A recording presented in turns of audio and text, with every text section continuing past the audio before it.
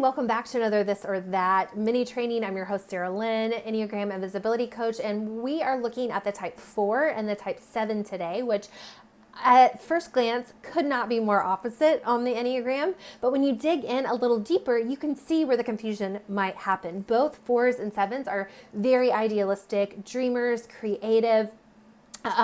They appreciate the finer things in life and may have some extravagant tastes. So you have those similarities. And then we're going to talk about in just a minute one flavor of 4 specifically that can very much look like the type 7. So we'll get into that in just a second. But right off the bat, type 7, as a reminder, is on the lookout for options and freedom and running away from emotional pain or discomfort. Choices are very important to them.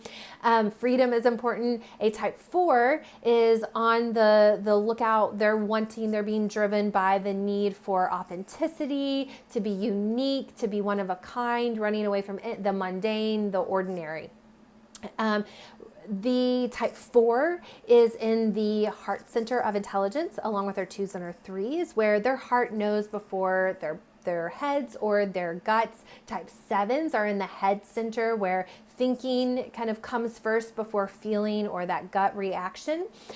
Being in those specific centers, shame is the core emotional struggle for our heart center. So for the 4, and it's typically shame around your image or your persona. You're not living up to for type 4 specifically, you're not living up to that idealistic version of yourself. You feel like something's missing, something's wrong with you. A type 7, their emotional struggle being in the head center of intelligence is around fear and anxiety. And so a 7 will deal with that by constantly being on the move, constantly being busy, not sitting still, not sitting in silence, because when they do, that creeps in. As long as they're moving, as long as they're thinking, as long as they're being stimulated, they don't have to feel that fear or that anxiety. A type 4 also is more focused on the past. They tend to be more past oriented when it comes to your time orientation, much more nostalgic, remembering what was, good and hard things. And then a type 7 is on the other end, where they are future focused, looking to go far and fast, kind of more assertive energy, thinking what's next. The type 4 tends to be they just have the capacity to be much more deep. And we all have the capacity. That's not the best way to say that maybe, but they enjoy being more deep. And maybe naturally they have the capacity, and it comes more natural for them. And to be deep, have deep conversations, whether they're hard or uncomfortable conversations, they are there for it. They're not going to go in and try and problem solve. They're not going to try and reframe and put a positive spin on it. They're there for that deep and meaningful conversation. Whereas a type 7, anything hard, uncomfortable, sad, they want to run away from. It's very uncomfortable for them. So they may tend to kind of stay on the surface level, have more lighthearted conversations, be more comfortable with the small talk. Not to say that type 7s can't have a deep conversation, not at all, but just one key difference, a stereotype, if you will. Another thing to think about is how you get your needs met. So a type 7 is looking outside of themselves to get their needs met with an experience, some sort of event, a stimulation, a group of friends, materialistic things that they want. They're going to go get their needs met that way. Whereas a type 4 with our 5s and our 9s withdraw. They go within to get their needs met. And so for a 4, it's thinking about the ideal world, especially the ideal version of themselves. They'll kind of go and dream and think about that.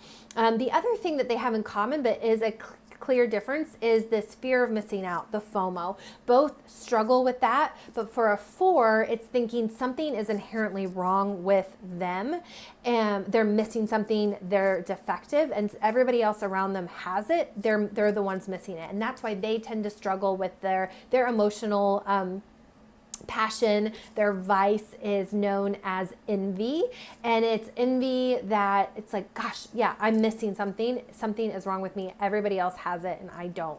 Whereas a 7, their FOMO comes from, oh my gosh, I have so many choices, I have so many options, If I make a decision, if I choose one idea over the other, then what about I'm missing out? If I go to this, then I'm missing out on that. If I go there, then I'm missing out over here. And so their FOMO has to do, again, with outside of themselves. If you're still struggling with this, I'm going to give you just something else that can trip people up here.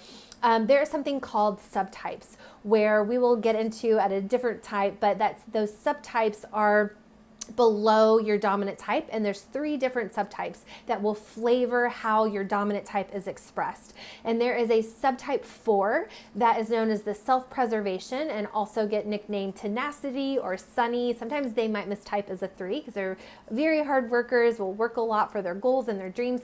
But then also they get dubbed as the sunny nickname because they experience deep feelings, but they will hide those because they don't want to isolate the people around them and make them feel uncomfortable or weird in any way. And so they'll put on this sunny, happy, positive front, even though they're feeling those deep feelings.